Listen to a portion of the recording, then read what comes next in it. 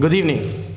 I'm truly thrilled about tonight's two public seminars by Professor Seth Marder from Georgia Institute of Technology and Professor George Whitesides from Harvard University.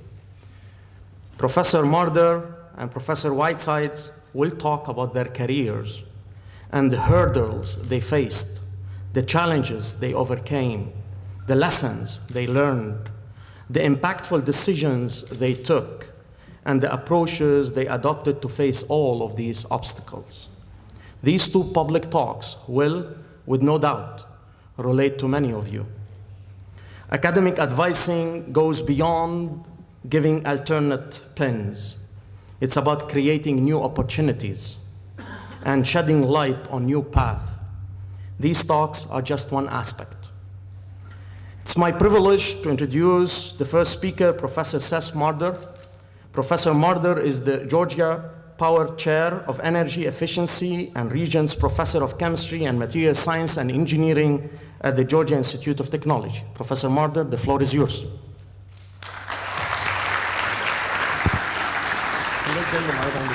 Yeah, of course. Well, let me start by thanking Bilal and the entire team here for inviting me to spend, by and large, the week and have the chance to get to know you and the university. I would say that I'm privileged and humbled to be here. I'm also privileged to be part of this spectacular symposium that you'll be having on tomorrow and Friday that is celebrating the accomplishments of the people here and the 150th anniversary of the university. Today, I wanted to tell you about something which, as Bilal said, you may identify with. And that is a little bit about how we get to where we are and how I have personally gotten to where I am. And I do this based on having been teaching for many years and interacting with students.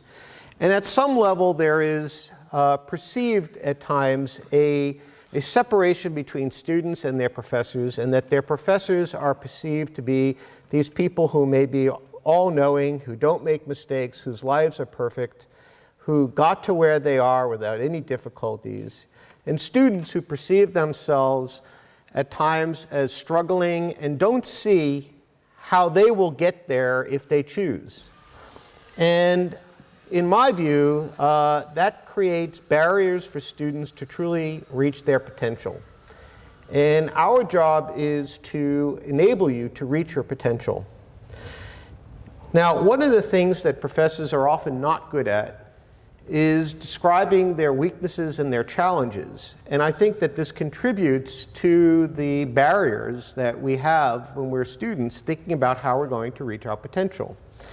And several years ago, I started giving a talk to undergraduate students visiting Georgia Tech about some of the challenges that I had.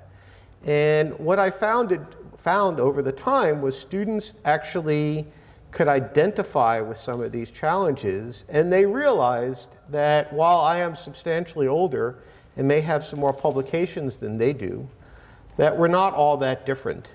And I think that for some of these people, it provided them with a realization that they too can get on and make tremendous progress in their careers if they chose to towards an academic career, but other things as well. So this is predicated on that, and it evolved out of a conversation with Bilal that the fact of what we do as professors is often reduced in the minds of many as giving lectures. But the reality is that if we do our jobs properly, that's a very small part. So let me tell you a little bit about myself, and I'll give an apology up front. There will be some things that I'll tell you about that seem a little bit self-centered, but what I hope you'll see after I get through the first 8 slides is that there was a reason that I'm doing that, and it's to provide a context. And the context that I'm providing is the distinction between what the world sees and who we are. And they're not the same thing. So I'll start by saying that I grew up in New York. I grew up in a middle-class family. I was fortunate to have parents who were both educated and valued education. Indeed, both of my parents were teachers. My father was a high school teacher, and he taught something called audiovisual instruction. Today, that's a very common thing, but in the 1950s, when he started doing it, it was very uncommon. My mother was a pianist and a piano teacher. And one thing I was taught at a very early age, which got me into trouble from the outset when I was in elementary school, was to question basically everything and everyone.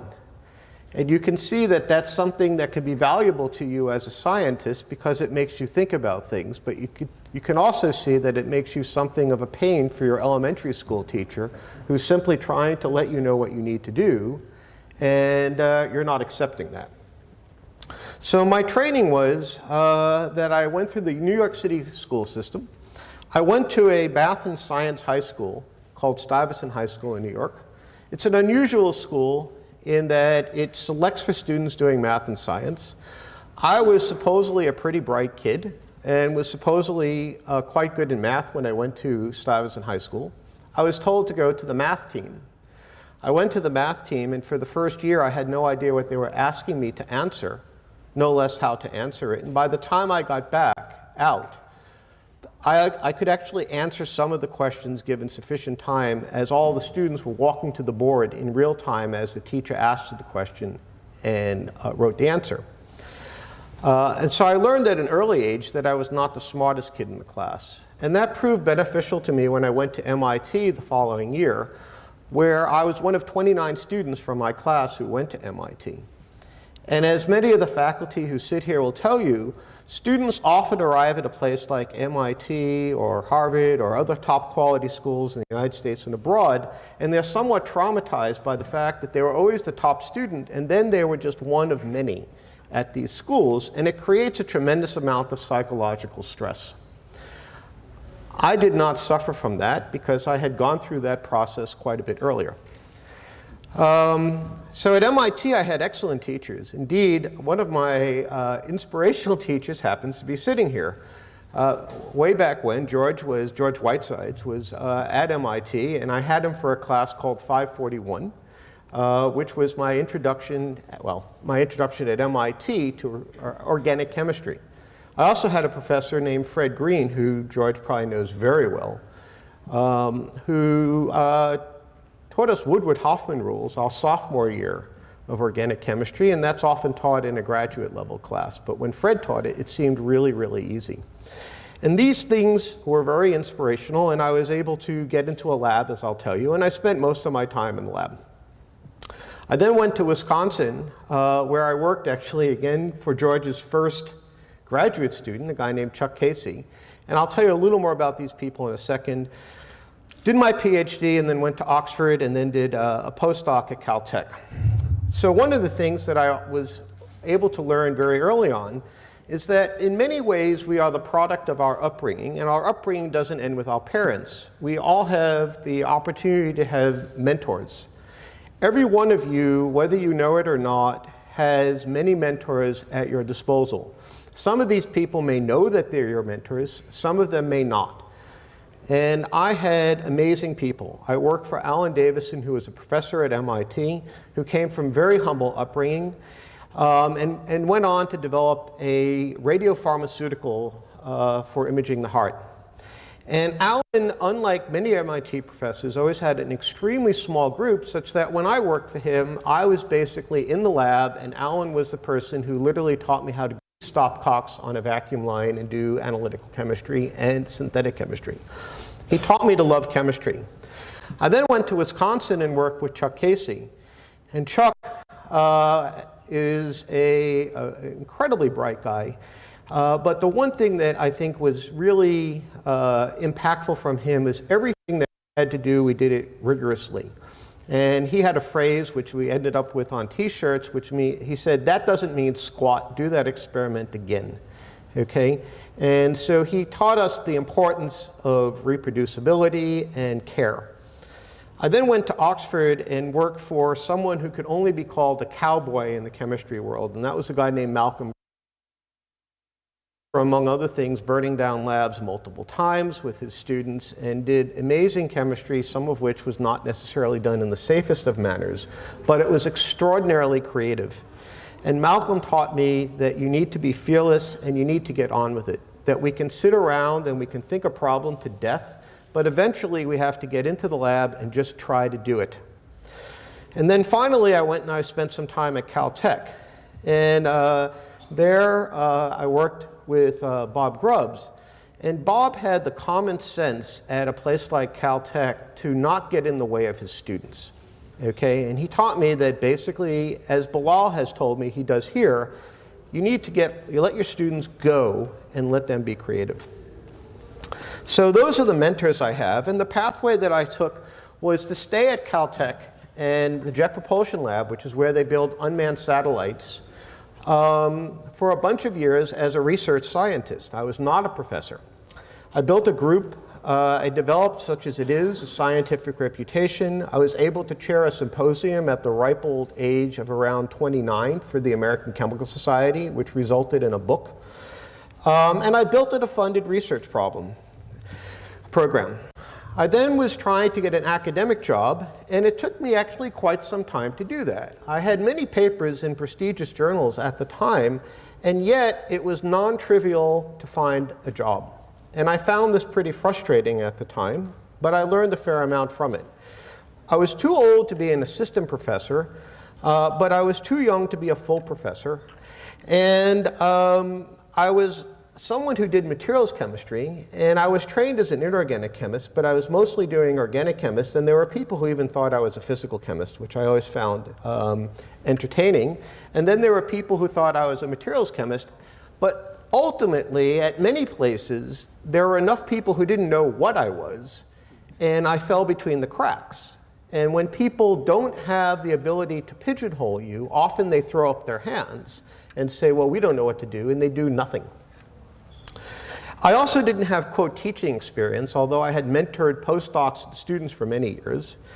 And I also wanted to move with a collaborator. I was a strong believer and proponent of interdisciplinary research. And Jerry, actually, years before that, I almost went to UNC Chapel Hill. And at the time, the majority of people in the United States said, do not do interdisciplinary research collaboratively as an assistant professor. You have to go out on your own and do your own work, and then only after you get tenure, you can do collaborative research. I personally did not think that was the correct philosophy, and rather than trying to succeed in a world that had that philosophy, I just took a different path.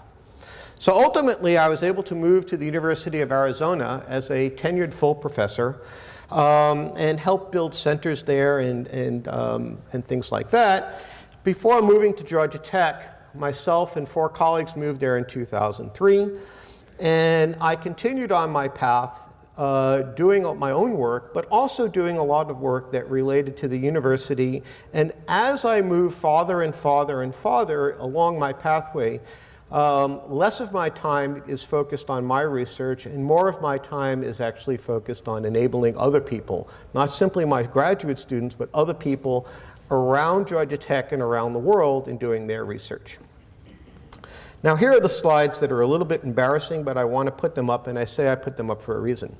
Now, if you go and you search me on the web, you'll see that, as Bilal says, I'm a Regents professor, I have a chair, I've directed centers left and right, I have 450 papers plus or minus and 33,000 citations. I will note that of those 450 papers, there are about 20 to 25 that I think are really quite good and tell an important story that changes things. I've had many patents, and I've co-founded several companies, of which at least 2, the assets were sold to 3M.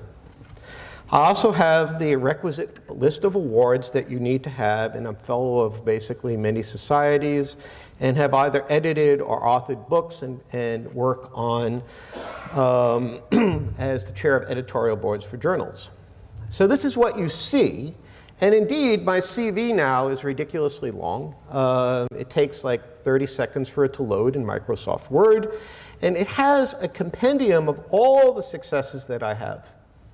What it does not have, and what we tend not to advertise, is all the things that didn't quite go so well. So we submit many grants and we list those grants. We don't submit the grants that we've listed that are not funded. We don't submit the papers that we've submitted that are not accepted.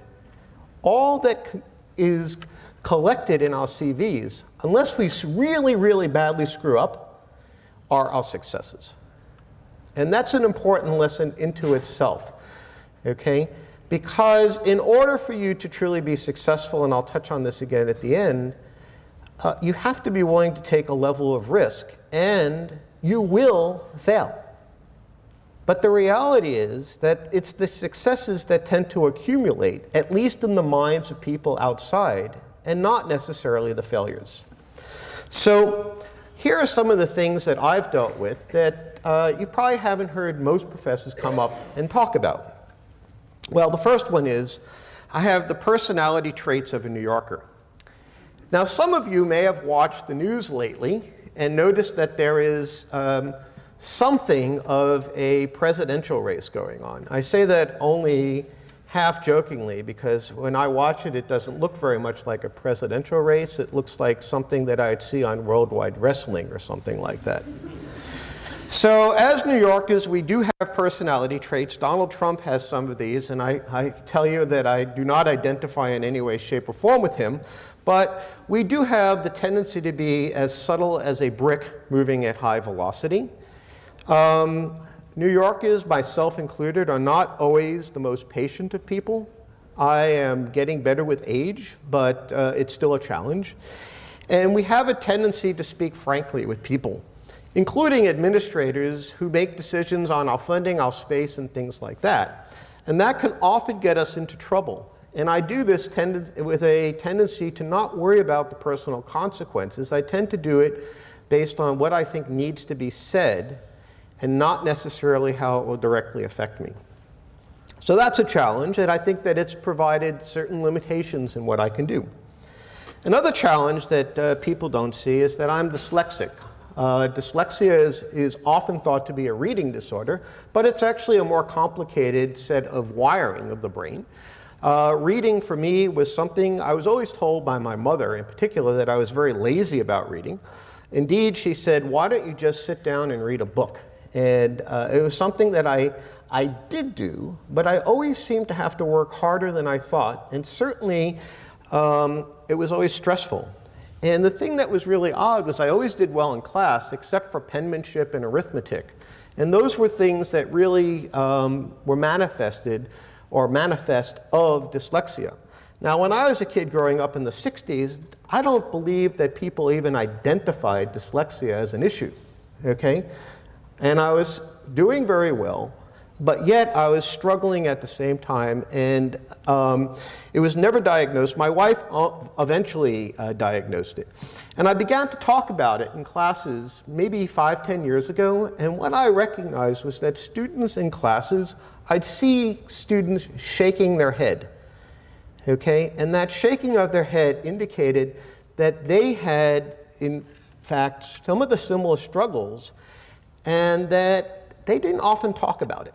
They tried to cover it up, okay?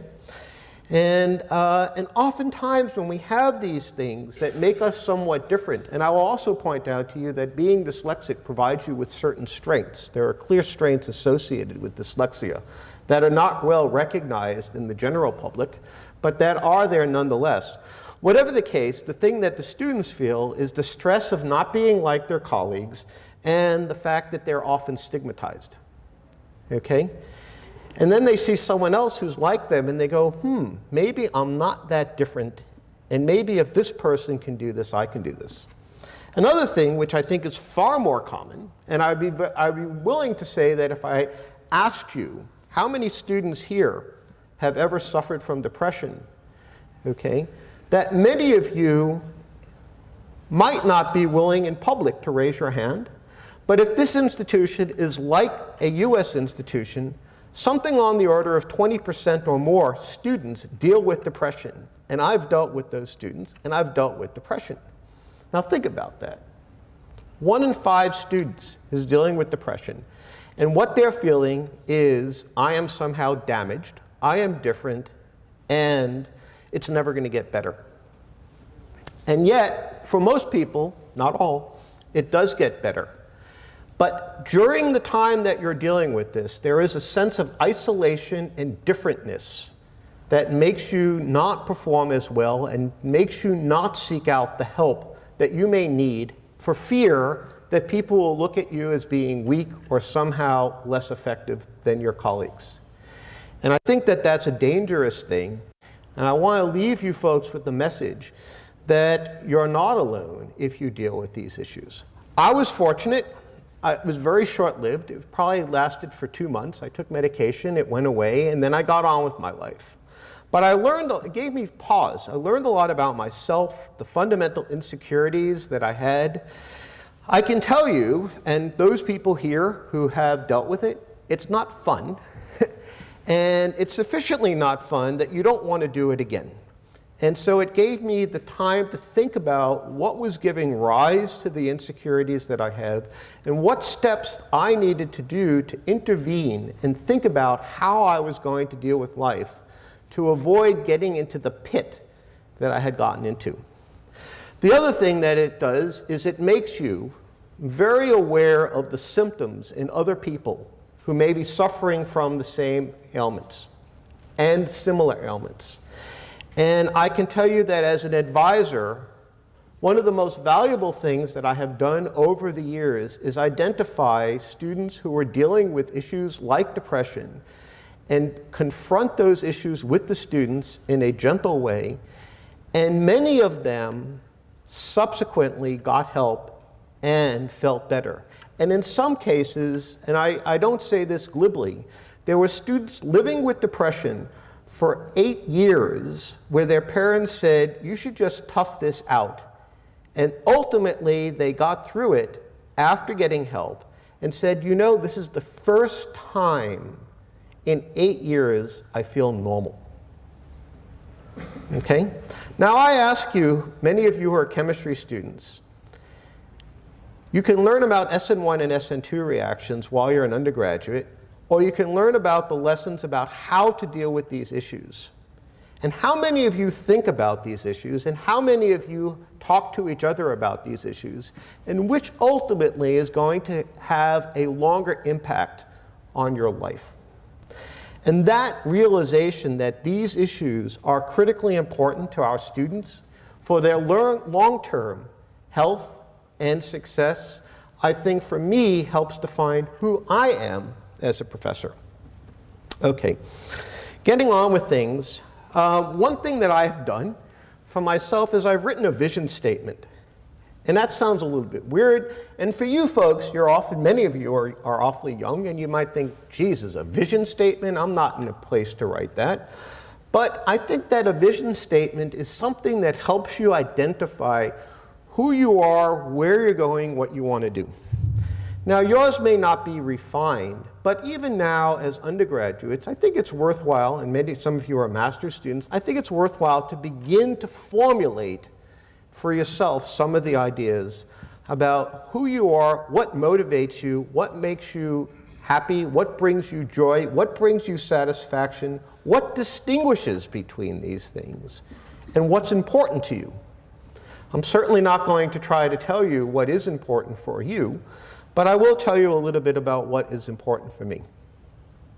So what my vision statement is now at age 55 in my life, although it's been this for the last 10 to 15 years, is to enable people and institutions to approach their full potential by providing existence proofs of what's possible and articulating paths to achieve challenging technical, personal, and organizational problems. Fundamentally, I've been told too many times in my life that this can't be done, you can't do this.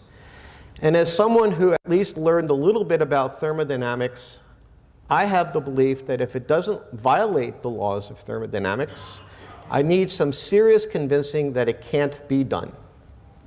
And one way I can show people that it can be done is by doing it. And then when they tell me it can't be done, I can show them that I just did it in the past. And so please do not tell me that.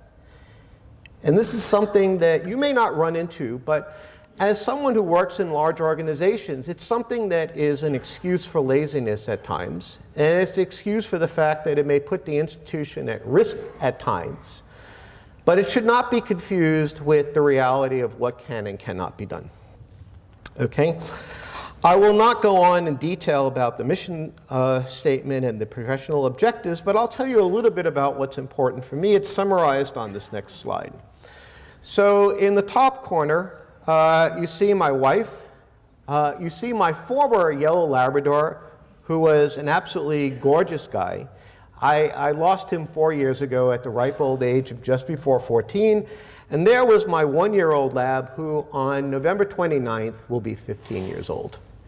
So these are the things that were core to me.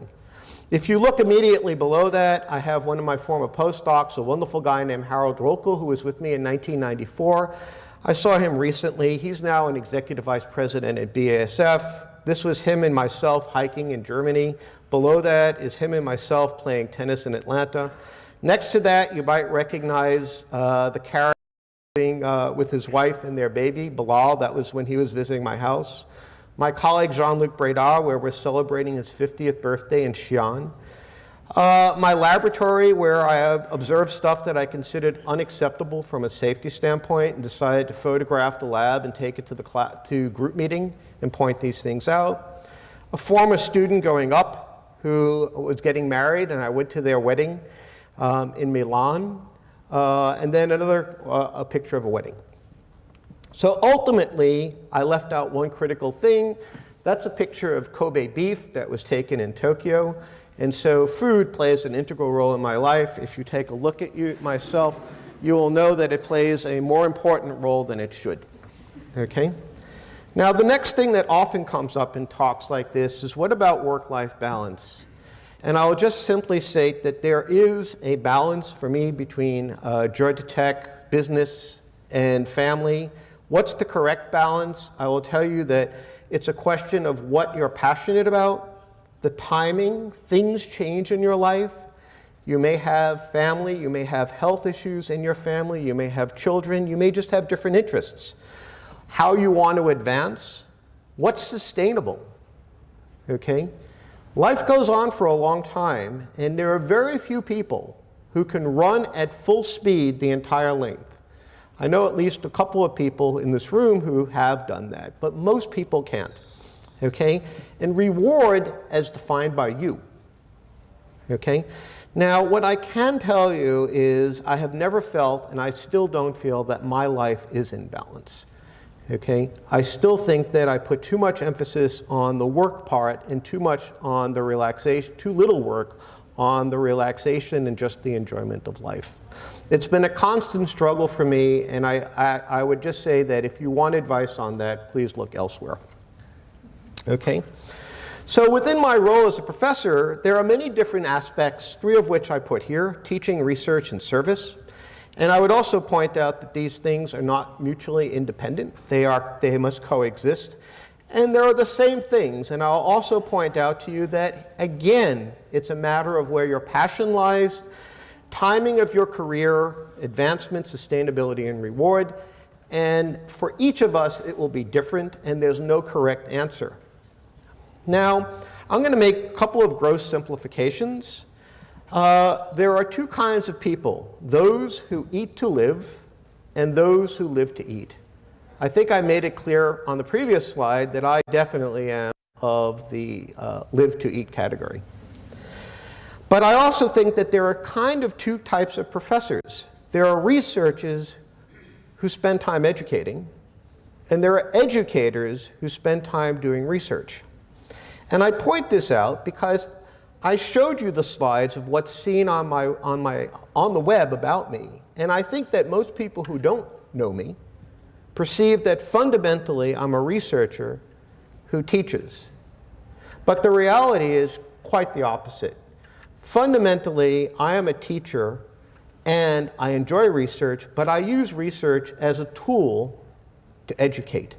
And what I know is that I derive some joy from research and a lot of satisfaction. But I derive a tremendous amount of joy from education. And the opportunity for me to be here with folks like yourself and to impact your life is the thing that at the end of the day, when I go home and I just feel good, is the thing that allows me to do that. Now, my reputation, know that I have, students and administrators know I have very high expectations. Students and administrators know that if they come into my office ill-prepared, it will be a long day. I have 3 people who I trained who are in the audience today. You can talk to any one of them because each one of them has at some point come into my office that way. I'm very direct. They also know that if things are not going well, they can come into my office and I will be there to help no matter how busy I am. The students seem to know that I care even though I'm pretty hard on them, and they know that I love to teach. There is a phrase that dogs can smell fear. Well, I think students can smell someone who likes being in the classroom, and I think that that's something that they value. Oftentimes, when students are in a group and their research advisor is giving them what they perceive to be a hard time, they don't have that clarity at the moment. And I would just point out that your research advisor may be hard on you, but they're often trying to get something accomplished by doing that. Okay, I only have a couple of more slides here, so bear with me.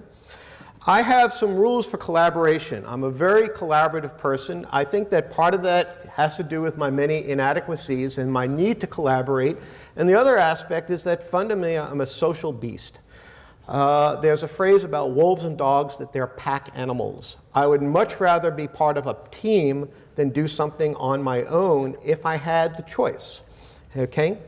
So here is something that I refer to as Marder's rules of collaboration. And that is, if you don't want to cook a meal for a person at your house and then open a nice bottle of wine that you pulled from your wine cellar, it's probably best not to collaborate. There are a few things that you do with people that's that important that if you really don't want to spend the time, in my opinion, it's not worth it. On the other hand, if you do want to cook a meal for a person at your house and open a nice bottle of wine, and they're pretty bright and have some mutual interests, odds are you're going to find something interesting to do. And I've seen that happen time and time again. Treat your collaborators like friends and family, and most of the time, they will do the same. Furthermore, if you're starting out a collaboration, it's nice to think about what you can do for the other collaborator rather than what they can do for you. It sets a very good precedent, and it builds community. I also like to say, because I'm a person who's, as you may have gathered, into food, good collaborations are like vintage port. They should sit around usually for 30 years, and they improve with age.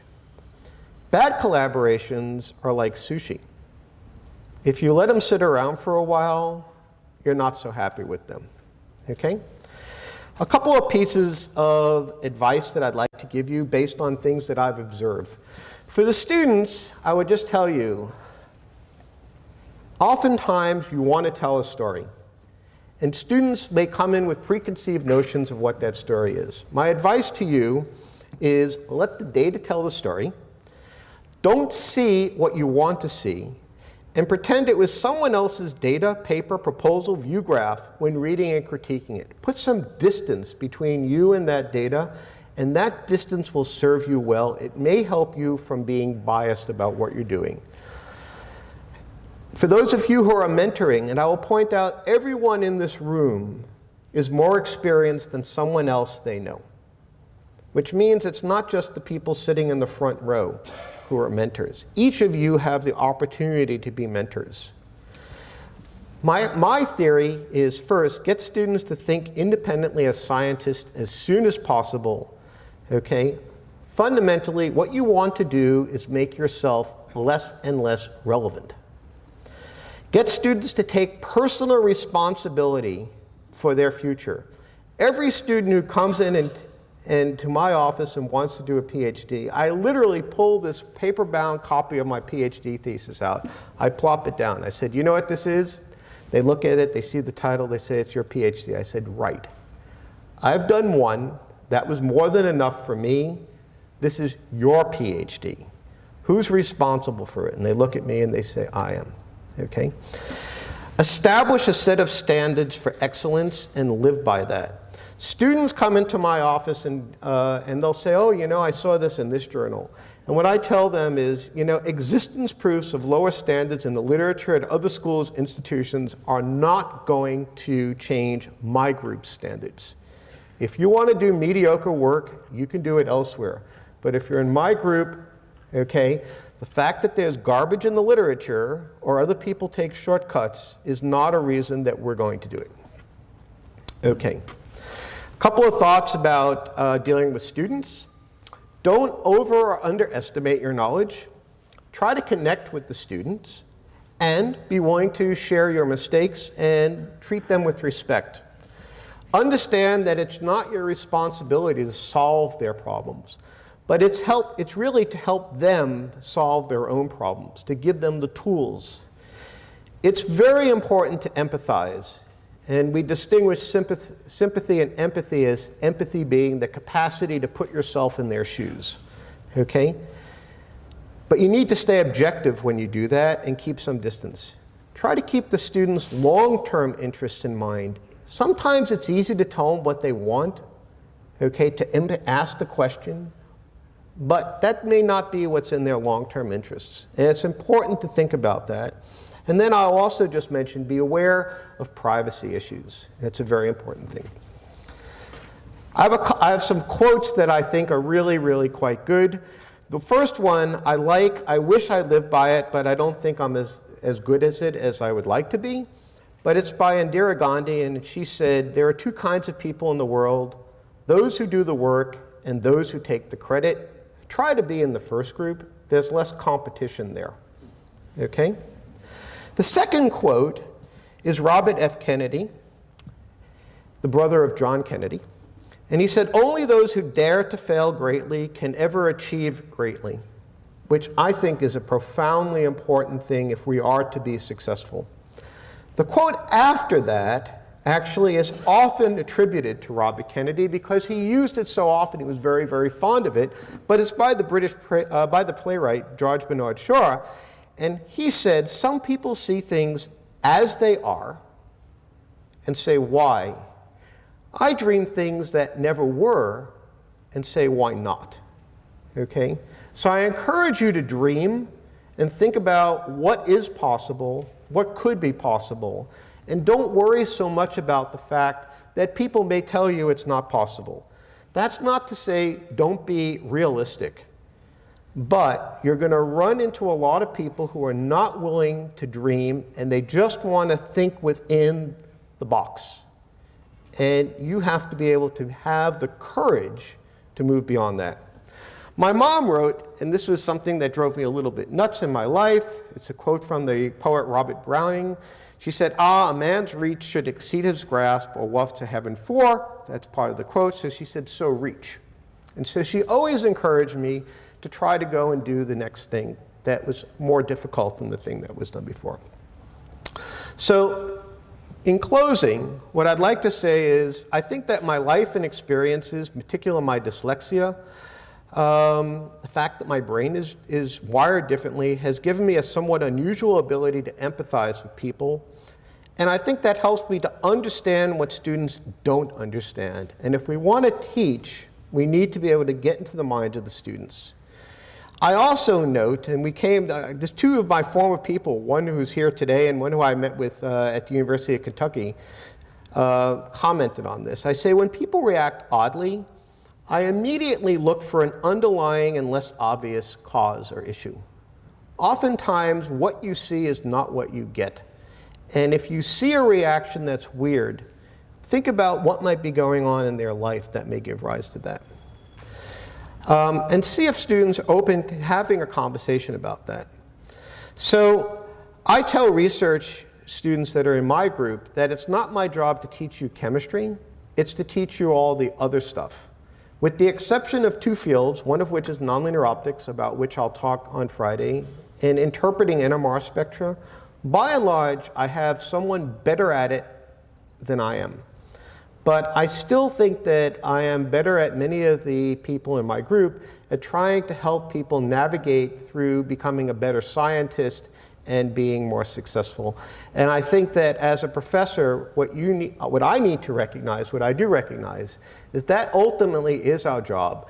And what you as students need to recognize is that you need to look past the topical subject matter and see your professors as resources who can help you advance in your career. So I know maybe I didn't go that too much long, but I want to thank you for taking the time late in the day to listen to my thoughts. If you have questions, I'll be happy to answer. But otherwise, you're going to have a chance to hear one of the people who has had a huge impact in science and technology over the last 50 years, basically, and that's George. So thank you very much.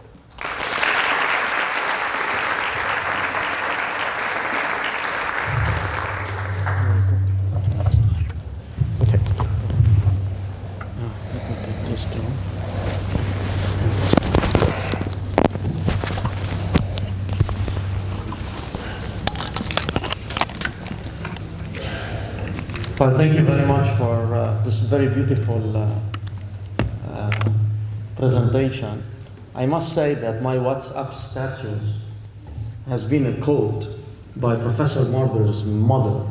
He told me that quote more than 7 years ago, but I'm not going to share it with you.